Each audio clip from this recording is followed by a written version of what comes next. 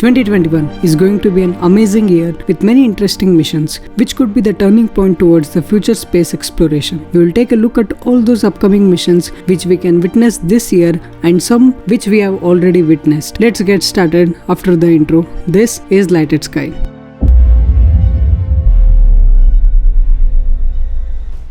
At number 7, we have the Mars Trio missions. 3 countries launched their Mars mission in 2020 and all 3 have reached the Mars. Let's take a look at all the 3. First, on 9th February, the UAE's Hope probe arrived and began orbiting the planet in order to study its atmosphere and weather. It was launched from Japan last year on 19th July, which made UAE the second country to successfully enter the Mars orbit at its first time after India, which achieved this with the Mars Orbiter mission back in 2014. Hope probe is an orbiter which will study daily and seasonal weather cycles, weather events in the lower atmosphere such as dust storms, and how the weather varies in different regions of the planet. Its mission is to study the atmospheric layers of Mars in detail and provide data to study the reason for a drastic climatic change in the Martian atmosphere from the time it could sustain liquid water to today, when the atmosphere is so thin water can exist only as ice or vapor. To help understand how and why Mars is losing its hydrogen and oxygen into space, and the connection between the upper and lower levels of the Martian atmosphere leading to planet's drastic climatic changes. This mission's duration is planned to be around 2 years. Second, a few days later, China's Tianwen-1 orbiter arrived to look for a potential landing site before depositing a lander on the surface a couple of months later. It was launched on 23rd July of last year from China and was inserted in Mars orbit on 10th February of this year, around the same time as that of the Hope probe. This is China's first interplanetary mission as well as its first independent probe to Mars. The goal is therefore, first of all, to validate the communication and control technologies in deep space, the placing in orbit around the planet, and the landing on its surface. The orbiter must also make it possible to locate a site for a future return of Martian samples. The scientific objectives of the mission relate to the geology of Mars, the current and past presence of water, the internal structure of the planet, the identification of minerals and different types of rocks on the surface, as well as the characterization of the space environment and atmosphere of Mars. The mission will attempt to land its rover on Mars in May 2021. If all goes well, then China will become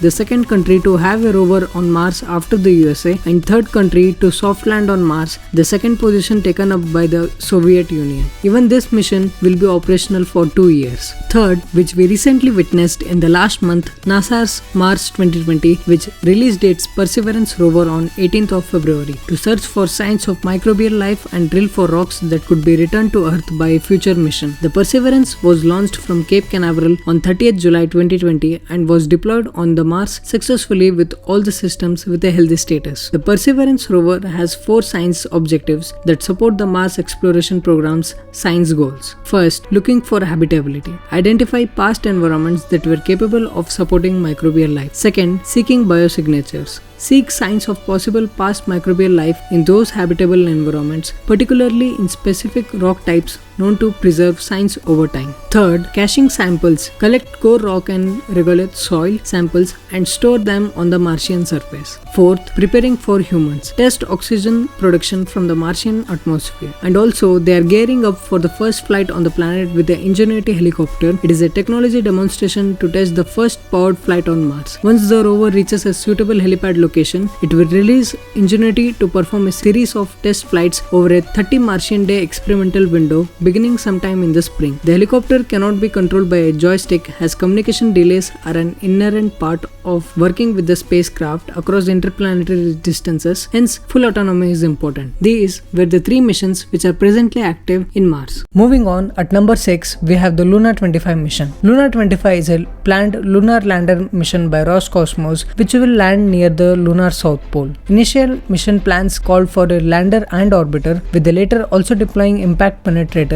In its current form, Luna 25 is a lander only, with a primary mission of providing out the landing technology. technology. The mission will carry 30 kg of scientific instruments, including a robotic arm for soil samples and possible drilling hardware. The last mission Russians launched to the moon was Luna 24 in 1976. Perhaps in response to the rapid development of NASA's Artemis program and China's lunar exploration program, Russia has resurrected the Luna program with the 25th planned mission, which is scheduled for launch in October. Luna 25 will be a lander that heads to the lunar south pole. It will test out a new kind of landing technology that Russia plans to use for future robotic missions, but the lander also carries a suite of scientific instruments that will study the moon's soil. The mission will use Soyuz 2 rocket and it is scheduled for launch on 21st of October. Next, at number 5, we have the end of Juno. Is it? Juno, short term for Jupiter Near Polar Orbiter, was launched on 5th August 2011 from Cape Canaveral, and it reached its destination, which is the planet Jupiter, on 5th July 2016. Juno's mission is to measure Jupiter's composition, gravitational field, magnetic field, and polar magnetosphere. It will also search for clues about how the planet formed, including whether it has a rocky core, the amount of water present within the deep atmosphere, mass distribution, and its deep winds, which can reach speeds up to 620 km per hour. Since 2016, Juno has been orbiting Jupiter and providing best data yet about the Jovian atmosphere, of its gravitational field, magnetic field, and geology. Juno has shown us some surprising things about our solar system's biggest planet, as well as provided some breathtaking views of the planet's vibrantly colored clouds from above. The mission was supposed to end on July 30th of this year, but there were talks in the agency to extend the mission to September 2025 so that Juno can do flybys of some of the Jupiter's moons and study them up close. Then guess, in the year 2025, Juno will plunge into Jupiter's atmosphere, collecting as much as data possible before violent pressures tear the spacecraft apart. Perhaps that violent ending might be put on hold for a few more years until 2025.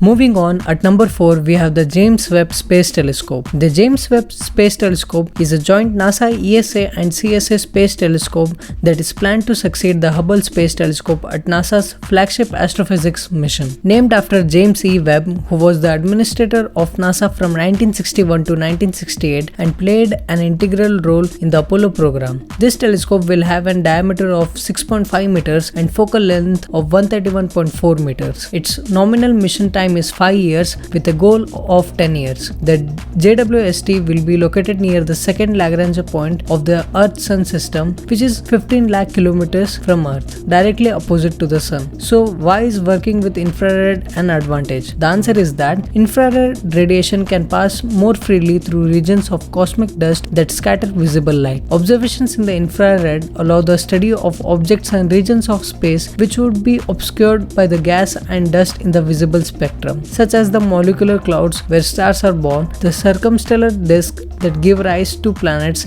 and the core of the active galaxies. Relatively cool objects, temperatures less than several thousand degrees, emit their radiation primarily in the infrared as described by Planck's law. As a result, most objects that are cooler than stars are better studied in the infrared. This space telescope will provide improved infrared resolution and sensitivity over Hubble and will enable a broad range of investigations across the fields of astronomy and cosmology, including observing some of the most distant events and objects in the universe, such as the formation of the first galaxies. This NASA telescope, which is to replace the Hubble, has been subject to many delays. Its first planned launch was in 2007. A March 2020 takeoff was delayed due to COVID, while its initial $500 million budget has spiraled to more than $10 billion. It is a more sensitive telescope than the Hubble, and once operational, it will be able to observe the formation of some of the first galaxies. It will be launched on a European Ariane 5 rocket on 31st of October. Get ready to get the pictures of the universe with better resolution.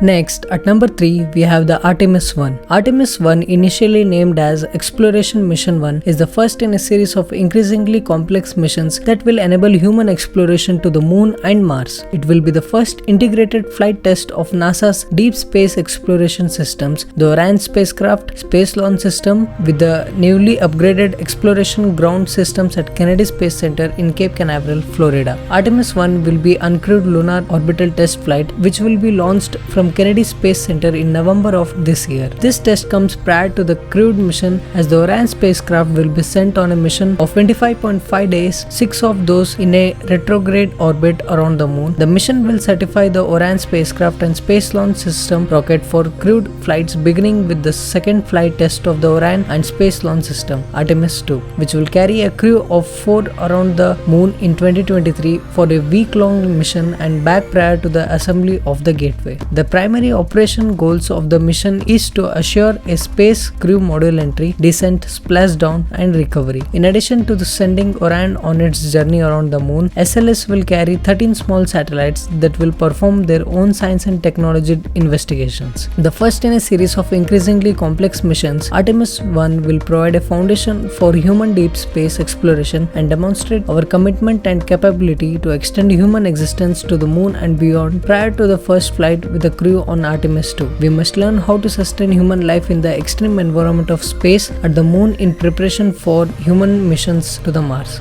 Moving on, at number 2, we have the DART mission. DART, which stands for Double Asteroid Redirection Test, is a planned space probe that will visit the double asteroid Didymos and demonstrate the kinetic effects of crashing an impactor spacecraft into an asteroid moon for planetary defense purposes. The mission is intended to test whether a spacecraft impact could successfully deflect an asteroid on a collision course with the Earth. This mission is to be launched from Vandenberg, which is a United States Space Force base, on 24th November 2021 from a SpaceX Falcon 9 rocket. After separation from the launch vehicle and over a year of cruise, it will intercept Didymos moonlet in late September 2022, when the Didymos system is within 11 million kilometers of Earth, enabling observations by ground-based telescopes and planetary radar to measure the change in momentum imparted to the moonlet. That would then impact the asteroid's moon in October 2022 during a close approach to Earth. As said, it is a planetary defense-driven test of technologies for preventing an impact of Earth by a hazardous asteroid. That will be the first demonstration of the kinetic impactor technique to change the motion of an asteroid in space. The mission's target is 65803 Didymos, a binary asteroid system in which one asteroid is orbited by a smaller one. The primary asteroid, called Didymos A, is about 780 meters in diameter, and its small satellite Dimorphos, Didymos B, is about 160 meters in diameter in an orbit about 1 kilometer away from the primary. DART will target the smaller asteroid Dimorphos, which is called as Didymos B, and Didymos is not an Earth-crossing asteroid, and there is no possibility that the deflection experiment could create an impact hazard. The DART spacecraft will achieve the kinetic impact deflection by deliberately crashing itself into the moonlet at a speed of approximately 6.6 km per second with the aid of an onboard camera and sophisticated autonomous navigation software. The collision will change the speed of the moonlet in its orbit around the main body by a fraction of 1%, but this will change the orbital period of the moonlet by several minutes, enough to be observed and measured by the telescopes on Earth. Which brings us to the number 1 mission, which is a much awaited launch for Indians. At number 1, we have the Gaganyaan mission. Gaganyaan, Indian crewed orbital spacecraft intended to be the formative spacecraft of the Indian human space flight program. Gaganyaan crew module is a fully autonomous, and spacecraft is being designed to carry three people, and a planned upgraded version will be equipped with rendezvous and docking capability. In its maiden crewed mission, with its largely autonomous 3.7-ton capsule, will orbit the Earth at 400 km altitude for up to 7 days with a 2 or 3 person crew on board. The crewed vehicle was originally planned to be launched on ISRO's GSLV Mark III in December 2021, but this has since been delayed to the year 2023. This Hindustan Aeronautics Limited manufactured crew module had its first uncrewed experimental flight on 18th December 2014. The Indian Space Research Organization's pad-abort test was conducted successfully on 5th of July 2018. The latest push for the Indian human spaceflight program took place in 2017, and it was accepted and formally announced by the Prime Minister Narendra Modi on 15th August 2018. The current design calls for a crew of 3.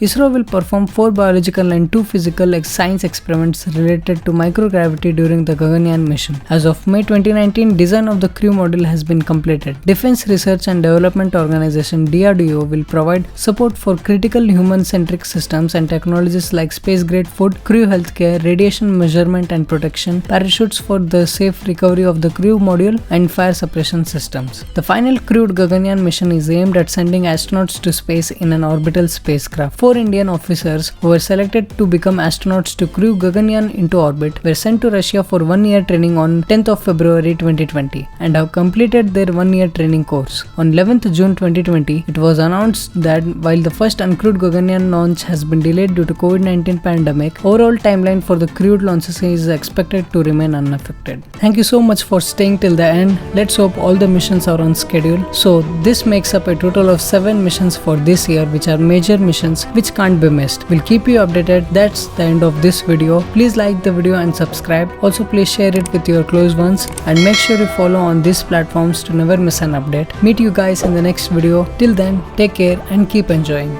Thank you.